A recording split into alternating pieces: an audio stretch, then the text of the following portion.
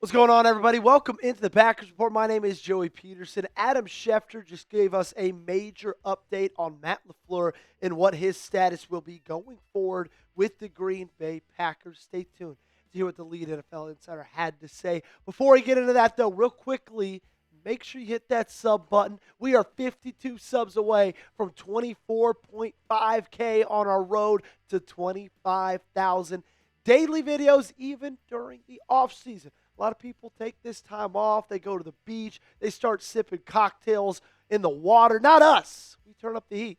We'll give you daily videos. Make sure to join us.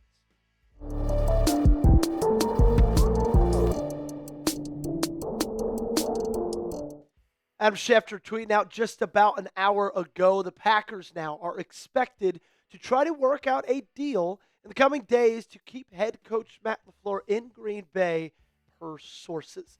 This has been a massive topic of discussion, honestly, for the past week. We went into Saturday and we're saying, okay, is Matt Lafleur coaching for his job or not?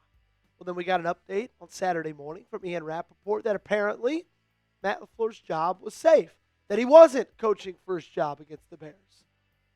And then that game against the Bears happened, and you lost it in a pretty horrific fashion.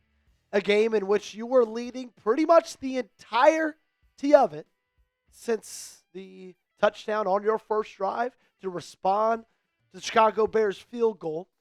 And then the question mark started and saying, okay, I get it. We thought his job was safe going into it. This seemed like one of the only things that could have maybe changed what was reported earlier.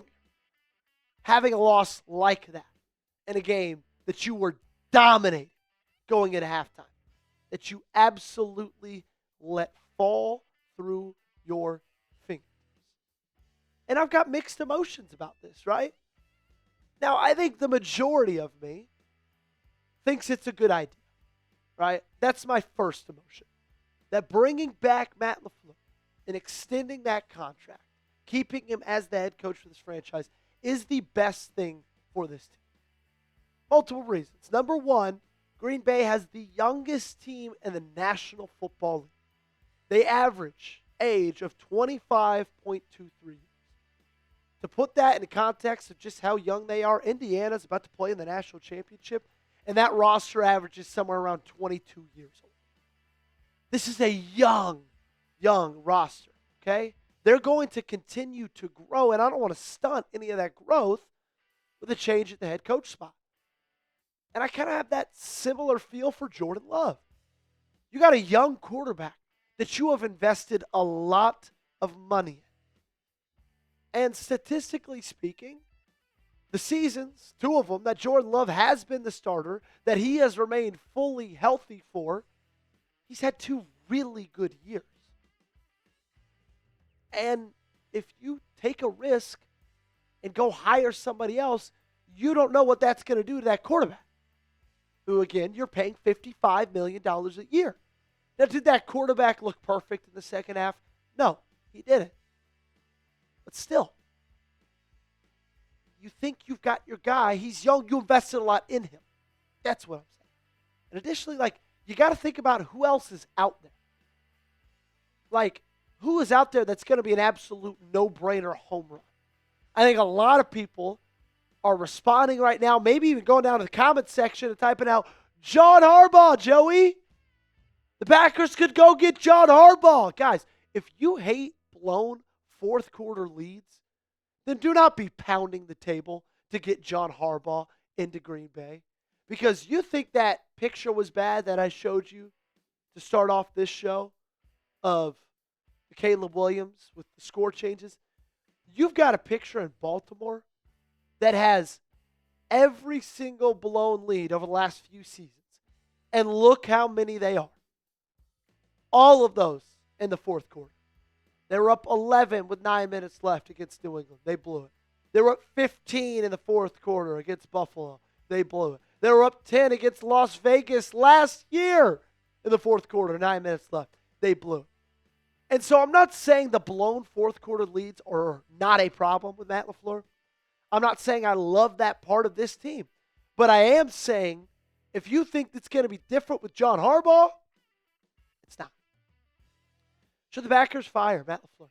Let me know down below. Give me a yes or no in the comment section. Like I said, my first emotion is that they should not. That it's the best thing for this team to keep him on staff, to keep him in the head coach role. Let me know what you think. I've got a second emotion, though, right? Got the angel on my shoulder saying, Joey, just keep him. Best thing for this team. I've got the devil on my shoulder, though, saying, look, losing late as many times as you're doing it is just unacceptable at this point. We showed you the tweet after the game from Bob Demoski. Packers gave up 25 points in the fourth quarter. Bears became just the third team in NFL history to score 25 or more points in the fourth quarter of a playoff game. First time that's happened in 33 years. First time that's happened since before I was born, before my two older sisters were born, and before my parents got married. ESPN tweeted out yesterday. Uncharted territory for Green Bay. Packers the first team since 1970. 55 years to lose 3 games and leading by 10 or more points the final 5 minutes of a game, including the playoffs. Okay? That's not good, guys. I realize that. So if that's your argument for why you want to let go of Matt Lafleur, it's hard for me to argue against that because that is a massive, massive problem. What do you think the percent chance is that the Packers fire Matt Lafleur? Let me know by scale it for me 1 to 100 down below in the comment section. Let me know what your answer is. Real quickly, we got to give a big shout out to our awesome sponsor of today's show. It is our great friends over at Underdog. Football playoffs are here, and Underdog is the best place to get in on all the gridiron action. Let's cut to the chase. Do you want to score $75 in bonus entries when you play your first $5? Well, all you got to do is download the app today and use promo code Packers Report when you play your first $5. Playing on Underdog is easy. Just pick whether your favorite players go higher or lower on stats like rushing yards, receptions, touchdowns, and more. Get your picks right, and you could win up to 5,000 times your cash. Here's my Underdog lineup for Monday Night Football. We got Texans, Steelers. I got the higher on Nico Collins, 4.5 receptions. I also got the higher on Kenneth Gainwell, 4.5 receptions. With lower on Aaron Rodgers, 204.5 pass yards. I think that Texans defense is going to have him seeing ghosts. Download the app today. So what are you waiting for? And use promo code Packers Report to score $75 in bonus entries when you play your first $5. That is promo code Packers Report. Underdog. Make picks, win money. Must be 18 or older, 19 or older in Alabama and Nebraska, 19 or older in Colorado for some games, 21 or older in Arizona, Massachusetts, and Virginia. And present in a state where Underdog Fantasy operates. Terms apply. See assets.underdogfantasy.com/web/playing-good-terms_DFS_.html for details. Offer not valid in Maryland, Michigan, New Jersey, New York, Ohio, and Pennsylvania. Concerned with your play? Call 1-800-GAMBLER or visit www.ncpgambling.org. In New York, call the 24/7 helpline at 1-877-8-HOPE-NY or text HOPE-NY to 467-369. Another emotion I've got in defense of Matt Lafleur is like, at the end of the day, these players just aren't making plays, which is so frustrating. Because we talked about it all week long. We talked about it the entire tailgate build-up portion of our watch party on Saturday night.